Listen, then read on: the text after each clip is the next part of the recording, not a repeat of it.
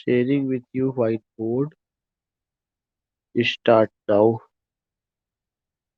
There is what? There is alliteration. Alliteration.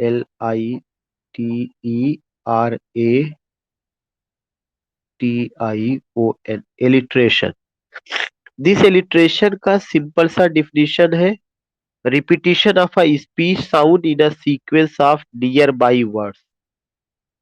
इसका जो definition है एलिट्रेशन का, what is that? Repetition repetition of a of a speech sound in a sequence of nearby words. In a sequence of near by words. So you will come to know what is this key repetition of a speech sound sound in a sequence of nearby words. This is what this is the alliteration.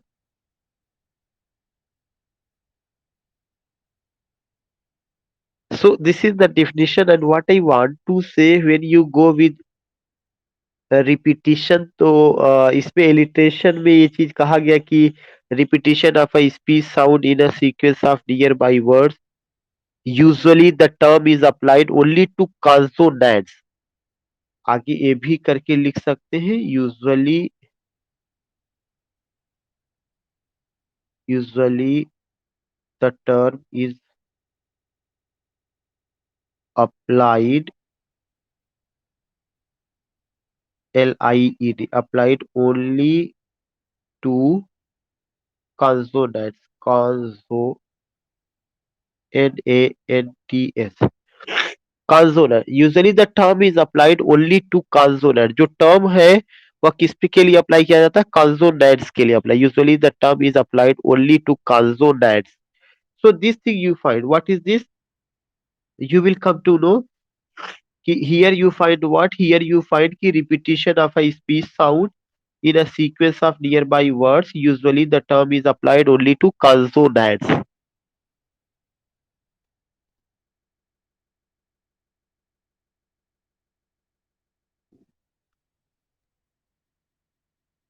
and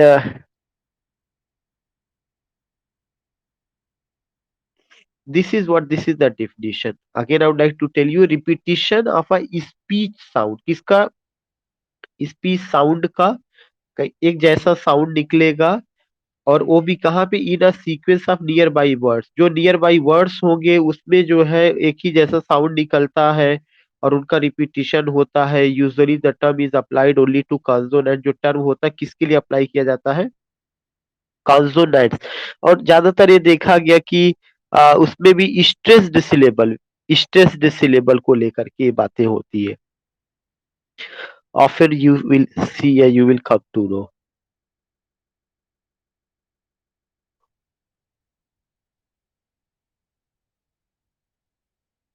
now the next is what the next is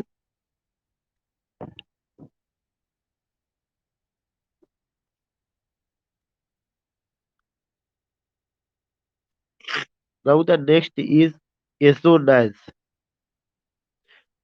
assonance ASSONANCE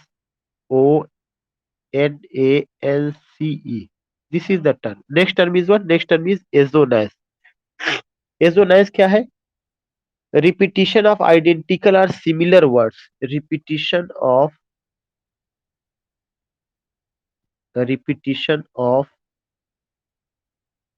identical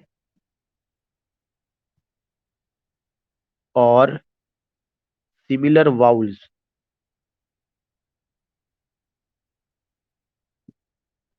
VOWELS repetition of identical or similar vowels especially in stressed syllable especially in stressed syllable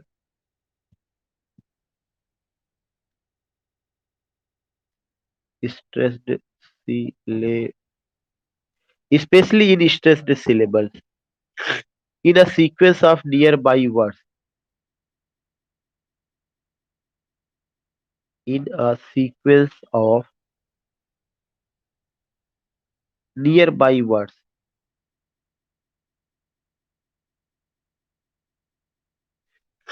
Nearby words. You will come to know ode on a Grecian urn करके लिखा गया है, जिसमें हम ये चीज पाते हैं। और वो भी क्या है, there is a word line, you can just take की एग्जांपल ग्रेसिया। यहाँ पे मैं दे रहा हूँ Keats ode on a Grecian urn. Ode और इरेजर का इस्तेमाल करना पड़ेगा। Keats ode on a Grecian, GRECIAN urn, URN, 1820 में पोयम आई है। इस पोयम में एक लाइन है जो हमें समझना जरूरी है। वो कौन सी लाइन है? Thou still अनरेविस्ड,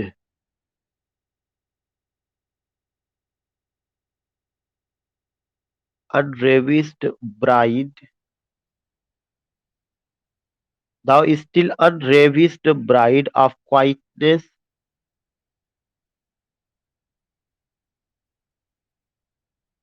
quietness, thou foster child, thou foster child of silence and slow time, of silence and slow time. So what I want to tell you, you will come to know, मैं फिर से यहाँ से बता रहा हूँ कि second जो वर्ड मैंने लिया है वो क्या है? एजोनैस है। एजोनैस में किसका रिपीटिशन है? रिपीटिशन ऑफ आइडेंटिकल और सिमिलर वाउल्स। जब एक ही वाउल्स का रिपीटिशन होगा, इसका मतलब एजोनैस किसमें देखा जाता है? एजोनैस वाउल्स का रिपीटिशन होता है। What is assonance? Repetition of identical और सिमिलर, एक जैसा वाउल्स का रिपीटिशन हो, और स्पेशली किसमें? स्पेशली इन स्ट्रेस्ड सिलेबल्स, जो भी वर्ड आए हो वे स्ट्रेस्ड सिलेबल्स के हो, in a sequence of nearby words. Repetition of identical or similar vowels, and you will come to know in a sequence of nearby words, और उसमें भी किसमें? स्ट्रेस्ड सिलेबल में। तो ये तीन पॉइंट है, रिपीटिशन ऑफ आइडेंटिकल और similar vowels number one, specially stressed syllable in a sequence of nearby words. Example Grecian, कौन सा मैंने दिया? कोड्स किड्स का ओ टू ओड आना ग्रेसियन अर्न। इसमें जो है एक लाइन है, thou still, you will come to know, जो जो जो हाईलाइट हो रहा स्टिल, स्टिल में क्या है? आई का, अनरेविस्ड आई, ब्राइड आई, क्वाइटनेस QUI, क्वाइटनेस, दाउ फोस्टर चाइल्ड, चाइल्ड में आई, जितने पे भी लगा वो सब में आई का रिपीटिशन है, और वह भी स्ट्रेस्ड सिलेबल में आया हुआ। साइलेंस एंड स्लो टाइम, ये सब के सब stage syllabus. So you will come to know, ode on a Grecian urn की एक लाइन है जहाँ पे किसका रिपीटिशन है? जहाँ पे जो है आइडेंटिकल और सिमिलर वाउल्स का है, और उसमें किसमें भी स्ट्रेस्ड सिलेबल में। तो ये जो आई है, ये जो रिपीटिशन है बार बार आई का, या किसका एग्जाम्पल है? That is an example of assonance, that is an example of assonance. Assonance repetition of identical और सिमिलर वाउल्स, वाउल्स का रिपीटिशन होगा, ना कि कॉन्सोनेंट्स का रिपीटिशन होगा।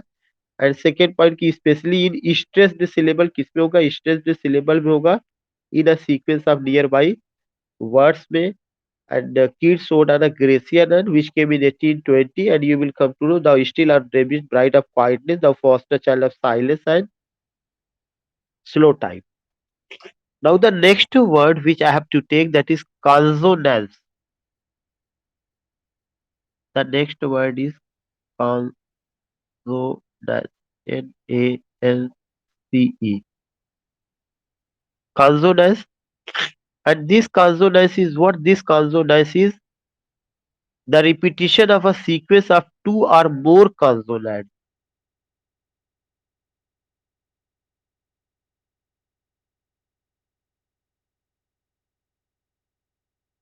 The repetition, the repetition of a sequence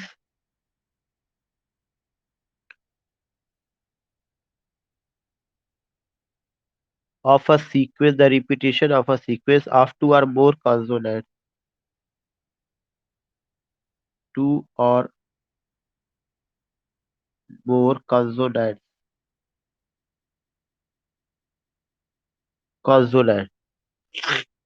but with a change in the intervening vowel,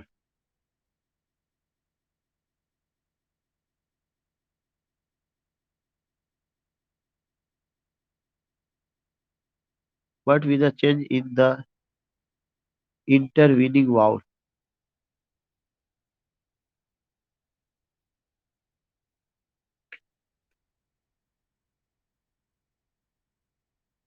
NIN, intervening vowel, intervening vowel. For example, live, love, lean, alone, Peter, patter, reader, rider, reader, rider,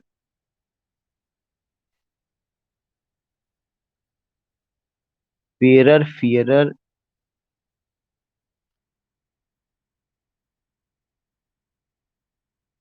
fearer, fearer, hearer, horror.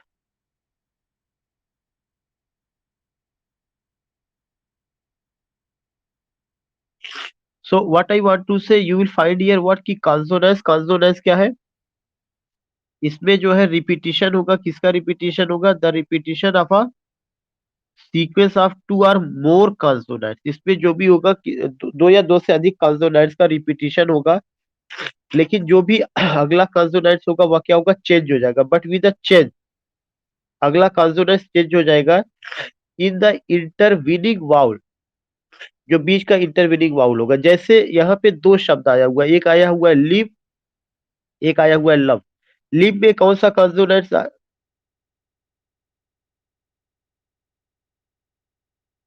To or more consonant but with a change in the intervening vowel. अगर आप देखेंगे कि जो इसमें vowel जो change हो रहा है, पहले में वाउल क्या आया था? आई आया हुआ है, यहाँ पे वाउल क्या आया हुआ? ओ आया हुआ है।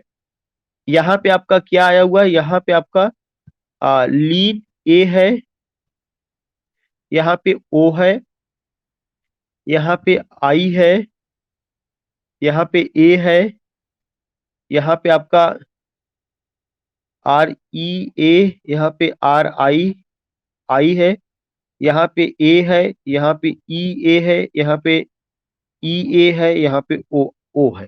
So these changes you find. उसका जो डिफिनीशन है, डिफिनीशन जो मैंने आपको बताया था कि कंसोनेंट्स में क्या होगा? Repetition of a sequence of two or more consonants, दो से या दो से अधिक के कंसोनेंट्स का रिपीटिशन होगा, लेकिन उसके बीच में जो वाउल आएगा वह वाउल क्या होगा? चेंज होगा। तो ये जो वाउल चेंज हो रहा है, इसमें क्या हो रहा है? अगर आप देखेंगे एल आई वी ई, तो एल आपका कंसोनेंट्स है, इधर भी एल आपका कंसोनेंट्स है, रिपीटिशन हो रहा है, वी भी कंसोनेंट्स है। लेकिन जो वाउल आई आया हुआ, आई की जगह उधर वाले में क्या चला गया? ओ आ गया है। इधर ई ए है, उधर ओ आ गया, इधर आई है, उधर ए आ गया। इस तरह का ये चेंजिंग हो रहा है। तो may I know, are you getting these points?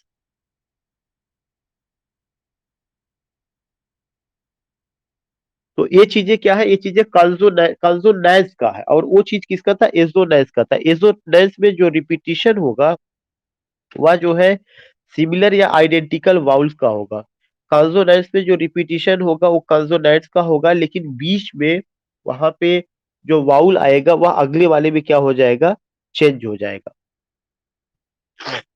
ये चीज ध्यान में रखना है। And you will come to no,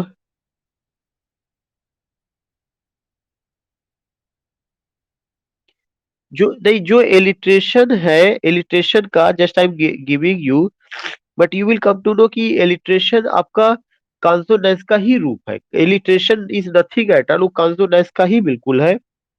और फिर भी मैं एलिट्रेशन में चूंकि रिपीटिशन ऑफ कॉन्सोनेंट्स होता है, एक मैं एग्जांपल दे दे रहा हूँ, just I want to check कि वेदर वहां पे लाइन मैंने कोई छोड़ा था। नहीं, एलिट्रेशन का एग्जांपल मैं आपको यहाँ बता दे रहा हूँ। एक यहाँ पे जो इन्होंने एग्जांपल दिया हुआ है, in example of alliteration,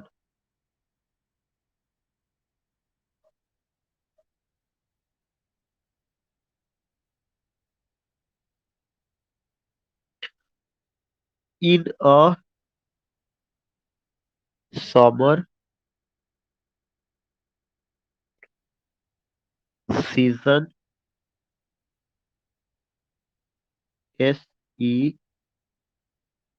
SESON, when soft, when soft was the sun.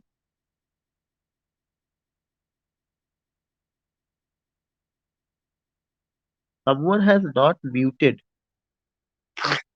You will come to know, here is what, here is a repetition of what, here is a repetition of S, S, S, S, S. This is what की alliteration in a summer season when soft was the sun. So यहाँ पे जो stressed syllable है उसमें आप देख सकते हैं, बट मैंने जो इसको लिखा केवल इसलिए कि एलिट्रेशन में क्या हुआ था, एलिट्रेशन का मतलब repetition of a speech sound, एक जैसी स्पीच साउंड लिए हुए in a sequence of nearby words. जैसे समर में अगर आप देखेंगे, सीजन में अगर आप देखेंगे, तो साउंड किसका निकल रहा है, यस का निकल रहा है, और यस क्या है हमारा, यस कॉन्सोनेंट है, ना कि वाउल है। तो उसमें और स्पेशली स्ट्रेस्ड सिलेबल में, समर में भी, सीजन में भी, सॉफ्ट में भी, ये स्ट्रेस सिलेबल, सन में भी, तो इन सब में एक ही साउंड निकला हुआ, वह कौन सा है, यस का रिपीटिशन है। तो you find this thing in a summer season when soft was the sun. This example you find here.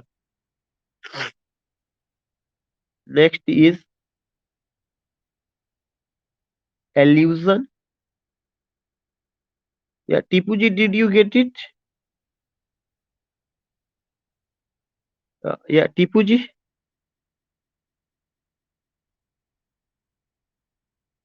Okay, okay. Now the next word is what? Next word is allusion. Allusion का बहुत ही simple definition है कि it's a passing reference. Here I want to write it. Allusion, it's a passing reference. It's a passing reference without explicit identification. Without explicit identification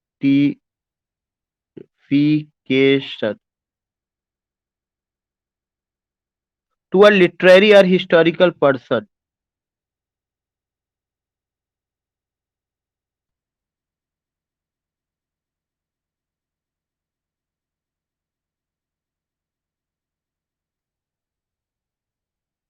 To a literary or historical person,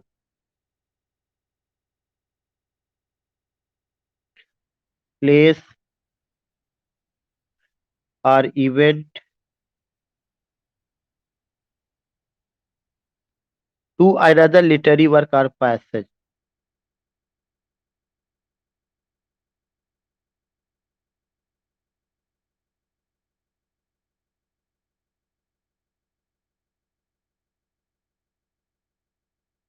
Or passage.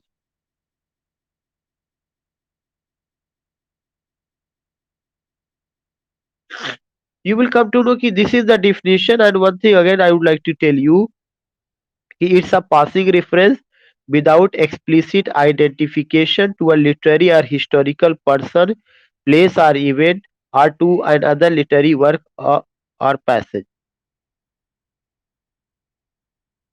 And बहुत सारा ऐसा जो है reference दिया गया है। The waste land में मैं एक लाइन लिखूंगा, टी एस एलियट,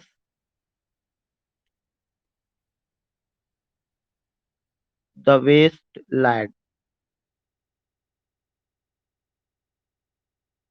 1922 में आई है।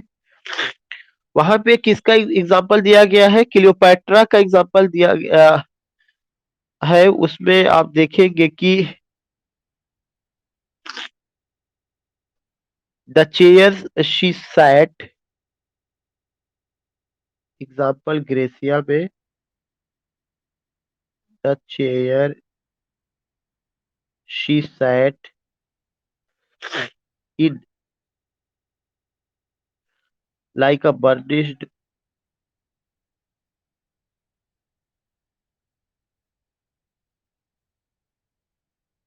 throne, glowed on the marble.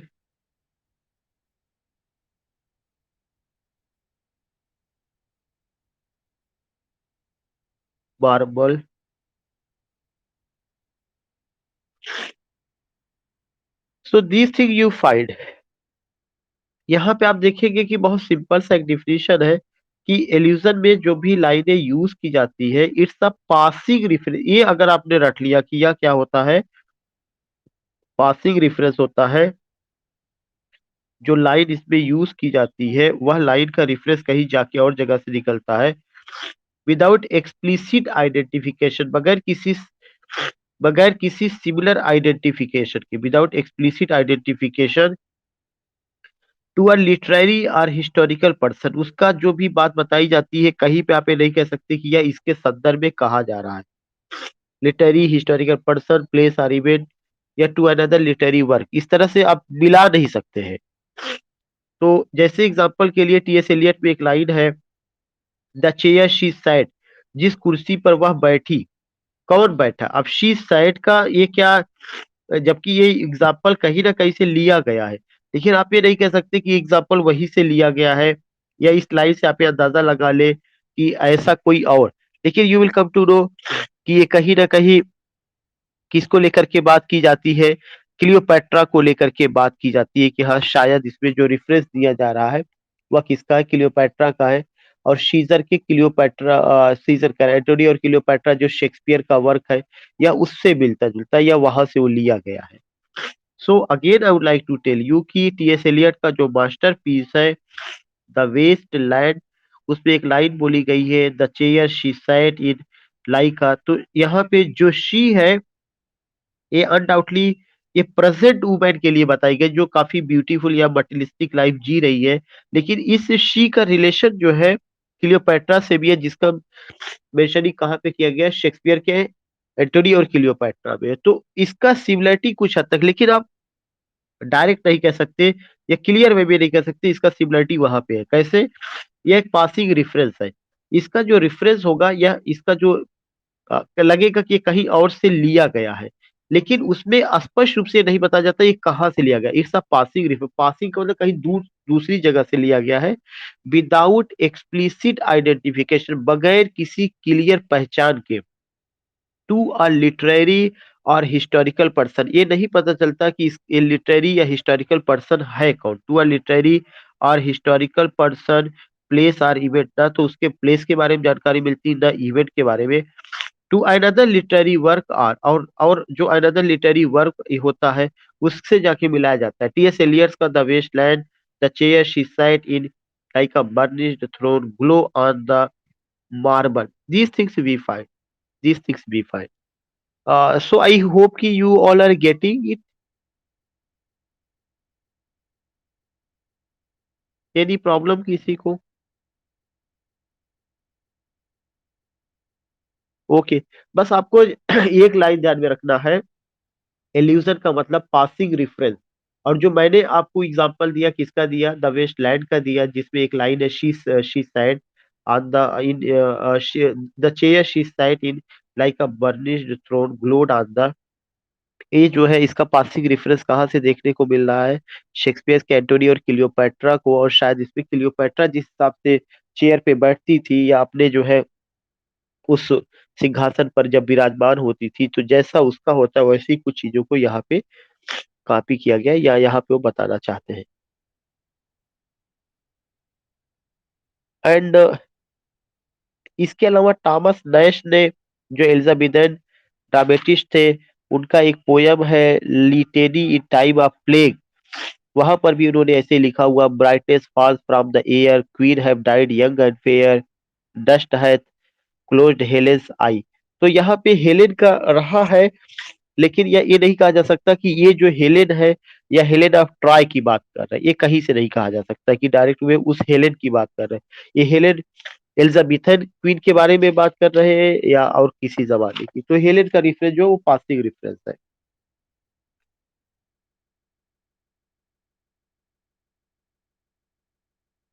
इसी तरह से बहुत सारा दिया गया है, आ, जिसमें ये चीज रहा है, और बहुत सारे ऐसे एग्जाम्पल्स दिए गए हैं। नाउ एक और वर्ड मैं लेना चाहूंगा। Can you tell you what is the type? 7:20, ठीक। अभी now we have time. Now the next word is ambiguity.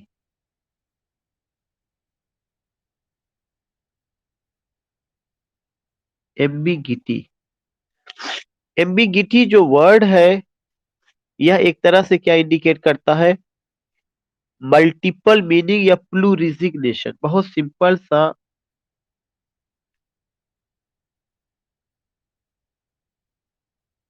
Multiple meaning और प्लूरिजिग्नेशन।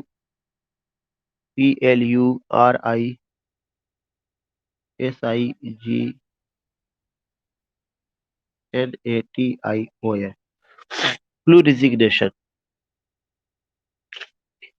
या यू कैन से, इसी के लिए एक और वर्ड यूज किया जाता है, पोर्टमैन्ट्यू। पोर्टमैन्ट्यू,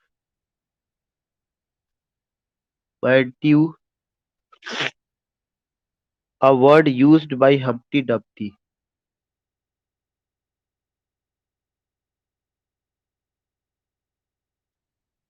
Humpty Dumpty, Dumpty। Humpty Dumpty. और इसमें भी बहुत सारा है, मतलब ऐसा आप नहीं कह सकते कि एक ही। ये बहुत सिंपल सा डिफिनीशन है कि एम्बिगिटी उस शब्द को कहा जाता है जिसकी एक मीनिंग नहीं बल्कि कई मीनिंग निकलती है। इसीलिए लिखा गया एम्बिगिटी का मतलब मल्टीपल मीनिंग। ये ऐसे शब्द जिसकी कई मीनिंग निकलेगी, उसको क्या कहा जाता है? एम्बिगिटी कहा जाता है। Multiple meaning, ambiguity means multiple meaning. या उसी को कहा जाता है प्लूरिजिग्नेशन, जिसकी प्लूरल मीनिंग हो। इसी से रिलेटेड ही एक वर्ड और आता है जो पोर्टमैन्ट्यू कहा गया। और पोर्टमैन्ट्यू शब्द किसने यूज किया है? A word used by Humpty Dumpty. तो ये वर्ड बहुत फेमस है कि आखिर किस आदमी ने पोर्टमैन्ट्यू यूज किया। पोर्टमैन्ट्यू वर्ड जो है हम्प्टी डम्प्टी ने यूज किया हुआ है। So you can go with these words की इसका क्या मतलब है। तो जब भी आता है एम्बिगिटी का मतलब क्या होता है? Multiple meaning. और जो आपका एल्यूजन था उसका मतलब पासिंग रेफरेंस। और मल्टीपल मीनिंग को प्लूरिजिग्नेशन भी कहा जाता है। ये पोर्टमैन्ट्यू भी है, a word used by Humpty Dumpty. और इसके अलावा you will come to no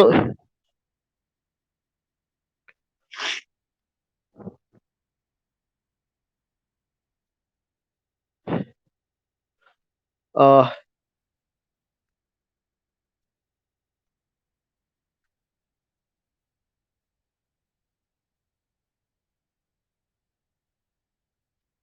या हेलो। पोर्टमैन्ट्यू उसी के लिए शब्द अलग से कुछ नहीं समझना। पोर्टमैन्ट्यू जो और मल्टीपल मीनिंग पुलिस रिजिग्नेशन वही है पोर्टमैन्ट्यू। उसी को दूसरे नाम से हम्टी डम्टी ने संबोधित किया है। एक जैसे मैं ये बताऊं कि मैं आपको एक समझाने की कोशिश ये कर रहा हूँ कि यू विल कम टू ने एक एग्जाम्पल दिया गया है और वह एग्जाम्पल ये है कि एंटोनी और क्लियोपैट्रा से ही लिया गया है, शेक्सपियर के। और उसमें जो क्लियोपैट्रा है वह एक स्टेटमेंट देती है और कहती है, come thou mortal wretch with thy sharp teeth this knot intrinsicate of life at once untie poor venomous fool be angry and dispatch. मतलब इसमें आया हुआ है लाइन में ये वर्ड। इसमें एक वर्ड आया हुआ है मार्टल। हमें और आपको पता है मार्टल का मतलब क्या होता है। मार्टल मीन्स जो नश्वर हो, MORTAL। लेकिन मार्टल का मतलब केवल नश्वर से ही नहीं है बल्कि फैटल से भी है। बाकी डेथ से तो है ही है। डेथ का मतलब कि जो चीजें जो है अ, नश्वर है वही डेथ है। लेकिन इसके अलावा उसका मतलब किससे है, उसका मतलब फैटल से भी है, जो चीज घातक हो। एक और वर्ड आया हुआ है रिच। रिच जो है वो चीजें इंडिकेट करता है कंटेम्प्ट और पिटी को भी, घृणा को और दया को भी इंडिकेट कर रहा है। तो जिसमें जो है एक एक वर्ड आ रहे हैं लेकिन वो कई मीनिंग निकालते हैं। तो कुल मिलाकर के ये है कि कोई ऐसा शब्द जो वहां पे यूज किया गया हो उसकी एक मीनिंग ना निकल करके एक से अधिक मीनिंग निकलेगी तो हम उन शब्दों को क्या कहेंगे, पोर्टमैन्ट्यू कहेंगे, प्लूरिजिग्नेशन कहेंगे, मल्टीपल मीनिंग वाले शब्द कहेंगे, या उसी को एम्बिगिटी कहा जाएगा। क्या कहा जाएगा, ambiguity. All this things we find. इससे रिलेटेड एक किताब विलियम इब्सन ने लिखा था जिसका नाम है 7 टाइप्स ऑफ एम्बिगिटी। और जो इससे रिलेटेड और एक चीज जानना है,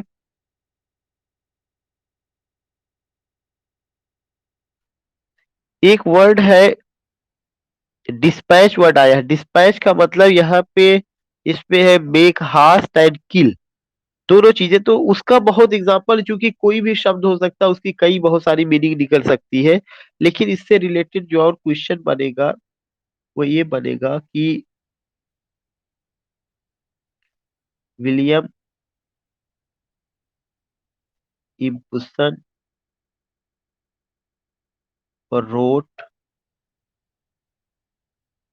the 7 types of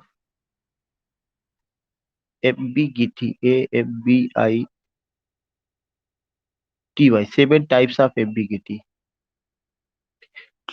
you will come to know. ये कब आई, 7 टाइप्स ऑफ एम्बिगिटी, इनकी जो किताब है 1930 में आई है। ये नोट कर लीजिएगा। आथर का नाम विलियम इब्सन। इन्होंने बताया कि एम्बिगिटी 7 तरीके के होते हैं, 7 टाइप्स ऑफ एम्बिगिटी। इसके अलावा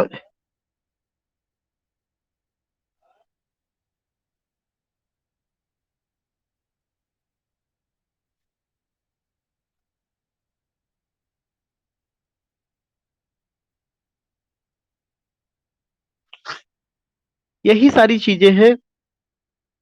इसी से रिलेटेड बाद में जो है एनोटेशन और डिनोटेशन वर्ड आया। एनोटेशन और denotation, sorry, connotation and denotation, वो वर्ड आता है जिसमें डिक्शनरी मीनिंग को लेकर के बात होती है। तो all these things we find. और एक और चीज, एक वर्ड है एक्सप्लिकेशन।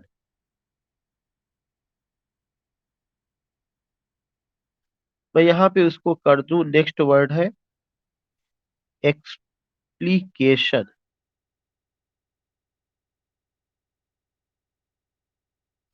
एक्सप्लिकेशन का मतलब to reveal.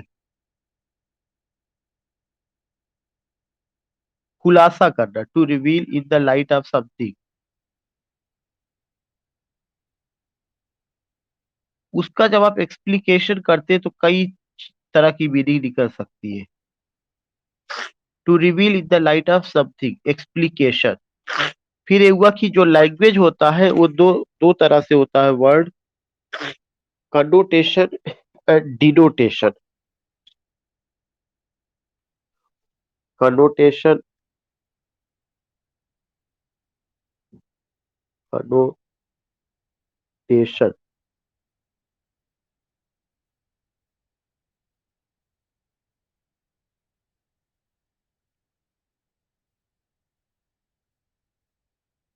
Words which has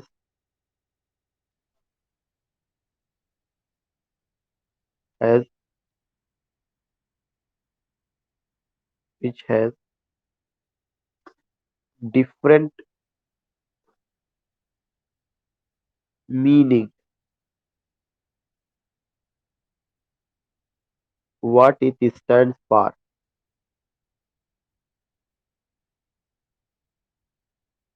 denotation, dictionary meaning.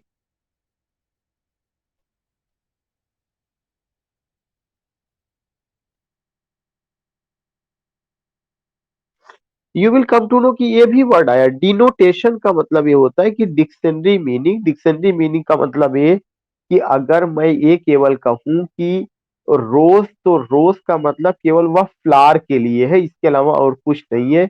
या क्या होता है, यह जो है हमारा डिनोट कर रहा है, यह हमारा डिक्शनरी मीनिंग निकल रहा है, एक ही मीनिंग।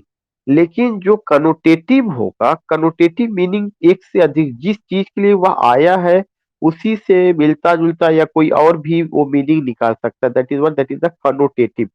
तो एक्सप्लिकेशन हो गया, कनोटेशन, डिनोटेशन, ये सारे वर्ड है जो उसी से मिलते जुलते हैं, जो हमें ध्यान में रखना चाहिए। तो these are the points which you have to go. Connotation का मतलब words which has different meaning, what it stands for, जिस चीज के लिए यह आया है यह उसके अलावा भी डिफरेंट मीनिंग को रिफर करता है। When you say my love is like a red red rose, तो लव है, लेकिन यहाँ पे लव को दिखाने के लिए आपने रेड रेड रोज यूज किया। तो जो रोज है वह क्या करता है, ऐसा नहीं कि एक ही चीज के लिए कि वह फ्लावर है, बल्कि that rose there indicates what, fragrance, odour. Love के लिए है कि लव कितना हमारा यंग है, एनर्जेटिक है, उसमें कितना वो है, उसको भी इंडिकेट कर रहा है। Different meaning. तो आई थिंक कि नाउ यू गॉट इट। किसी को कोई प्रॉब्लम?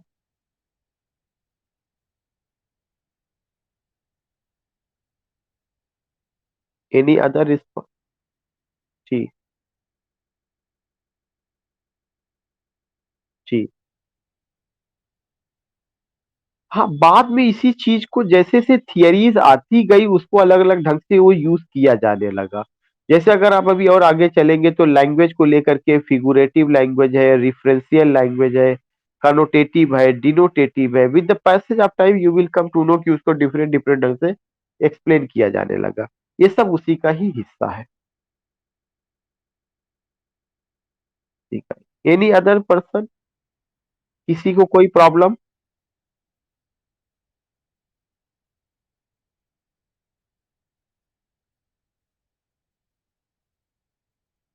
आई थिंक कि निखत ने अभी ज्वाइन किया है। निखत, तुम शाम वाली क्लास में नहीं थे? निखत,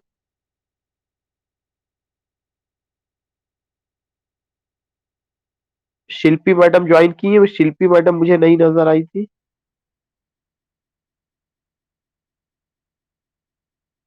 शिल्पी मैडम सही है।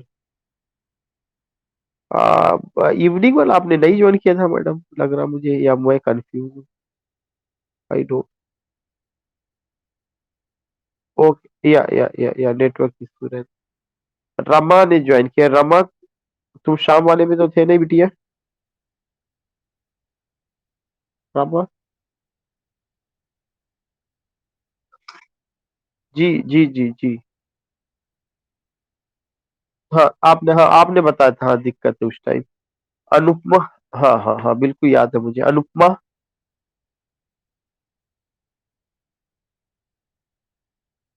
कोई problem? Not getting your voice, मुझे लगता है नेटवर्किंग इशू है। Vinod Kumar ji. Okay, doesn't matter, you all have to enjoy. Now हम लोगों को जो करना था उतना कर लिए हैं, we will meet in morning, morning में। ओके।